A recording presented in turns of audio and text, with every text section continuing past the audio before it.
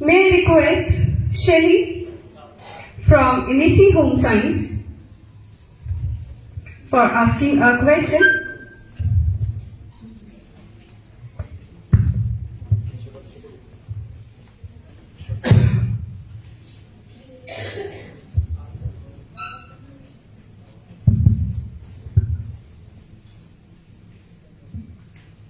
जय हिंद। माननीय, मेरा नाम शैली शर्मा है। मैं एमएससी गृह विज्ञान प्रथम वर्ष की छात्रा हूँ। क्योंकि मैं भी एक युवा हूँ और आप मेरी इस आयु से निकल चुके हैं, इसलिए मैं यह जानना चाहती हूँ कि युवावस्था में जिस प्रकार हमारे लक्ष्य तक पहुँचने के लिए हमारा ध्यान भटकाने वाली बहुत सारी बाधाएं होती है, क्या आपकी भी थी? और थी तो आपने उनको किस प्रकार से अपनी किशोरावस्था व युवावस्था में दूर किया?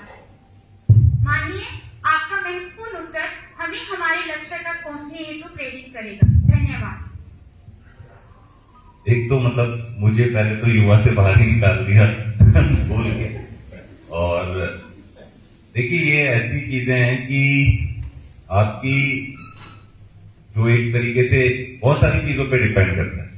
पहली चीज मुझे लगता है कि आपकी फैमिली की अपब्रिंगिंग कैसी है, आपका परिवार आपको कैसे आपकी एक तरीके से जो बोलते हैं कि परिवार में कैसे रखा गया। दूसरा, आपकी कंपनी बहुत अफेक्ट करती है।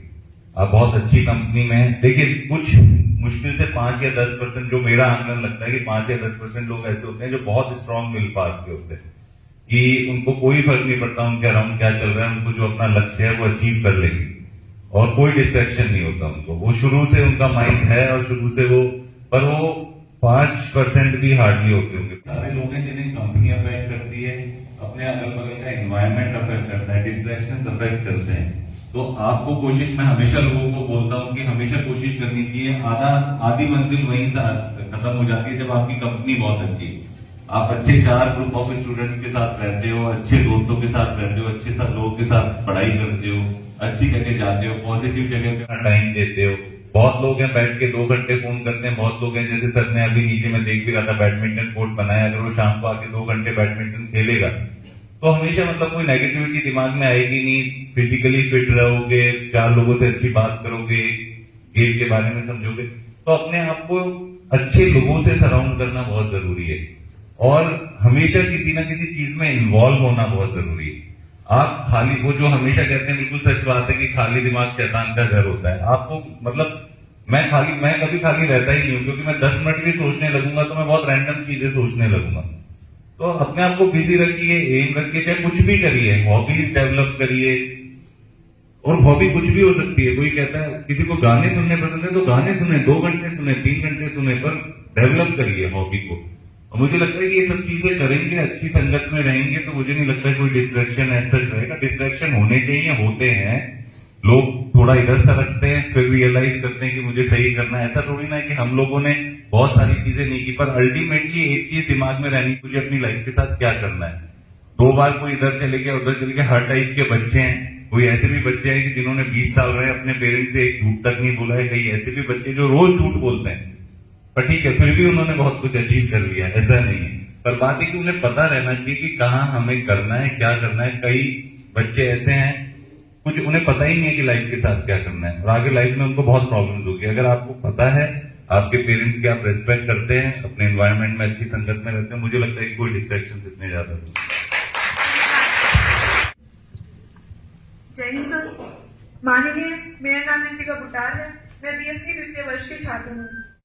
मैं आपके पारिवारिक पृष्ठभूमि के बारे में विस्तार से जानना चाहती हूँ और साथ में यह भी जानने के लिए अति उत्सुक हूँ कि आपके परिवार में आपको यहाँ तक लाने के लिए सर्वाधिक योगदान किनका रहा है। देखिए,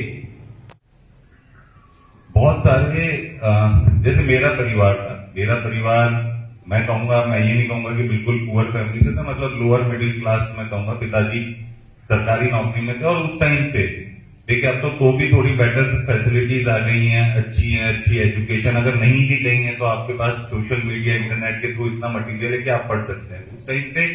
और परिवार ऐसा नहीं था। मेरी मदर मुश्किल से शायद 3rd या 4th क्लास तक पढ़ी है, तो वो पढ़ा तो हमें सकती नहीं थी एक लेवल के बाद। पिताजी खुद ऐसे थे, जिसे कहते हैं ना भारत में एक स्टेटमेंट लोग बोलते हैं, भारत में लोगों को यूं बढ़ते हुए नहीं देखा जाता, बच्चों को यूं बढ़ते हुए देखा जाता है। क्योंकि पिताजी जब निकलते हैं तो आप सो रहे होते हो, आते हैं तो सो रहे होते, तो लेटे लेटे ही आपकी लंबाई बढ़ती है, ऐसे तो देखते नहीं है। तो ये सब चीजें तो खुद ही, पर ये था कि पेरेंट्स वो फील हमेशा करवाए कि बेटा देखो कुछ है तो है नहीं, तुम कुछ करोगे। अच्छी बात ये थी पेरेंट्स ने कि सारा पैसा, सारी चीजें जो भी होता था वो हमारी एजुकेशन में लगा है, और वो हमेशा एक फील करवाया कि एजुकेशन बहुत इंपॉर्टेंट चीज है, खुद से कुछ नहीं करोगे तो लाइफ तुम्हारे अराउंड देख लो सब लोग कैसे हैं क्या हैं। और उस टाइम पे ऐसा होता था कि मैं जैसे अपने घर में चौथा बच्चा हूँ, 3 बच्चे की डेथ हो चुकी थी, और आप पहले के आप जाओगे तो हर दूसरे घर में, तीसरे घर में डेथ हो ही जाती थी, इतनी ज्यादा उस टाइम पे मॉर्टेलिटीज थी। तो हमको पढ़ाया, अच्छी एजुकेशन थी, अच्छे स्कूल में पढ़ाया, मैं नहीं कहूंगा बेस्ट स्कूल था, one of the average school जो अच्छा स्कूल था जयपुर में। और वही मैंने कहा कि आप अच्छी संगत में रहते हो, मेरे अच्छे फ्रेंड्स रहे, वो क्या करते थे, हम उनसे सीखे, फिर मैं IIT चले गया। देखिए अच्छी जगह पहुंचना क्यों इंपॉर्टेंट है, क्योंकि चाहे आप इंटेलिजेंट हो या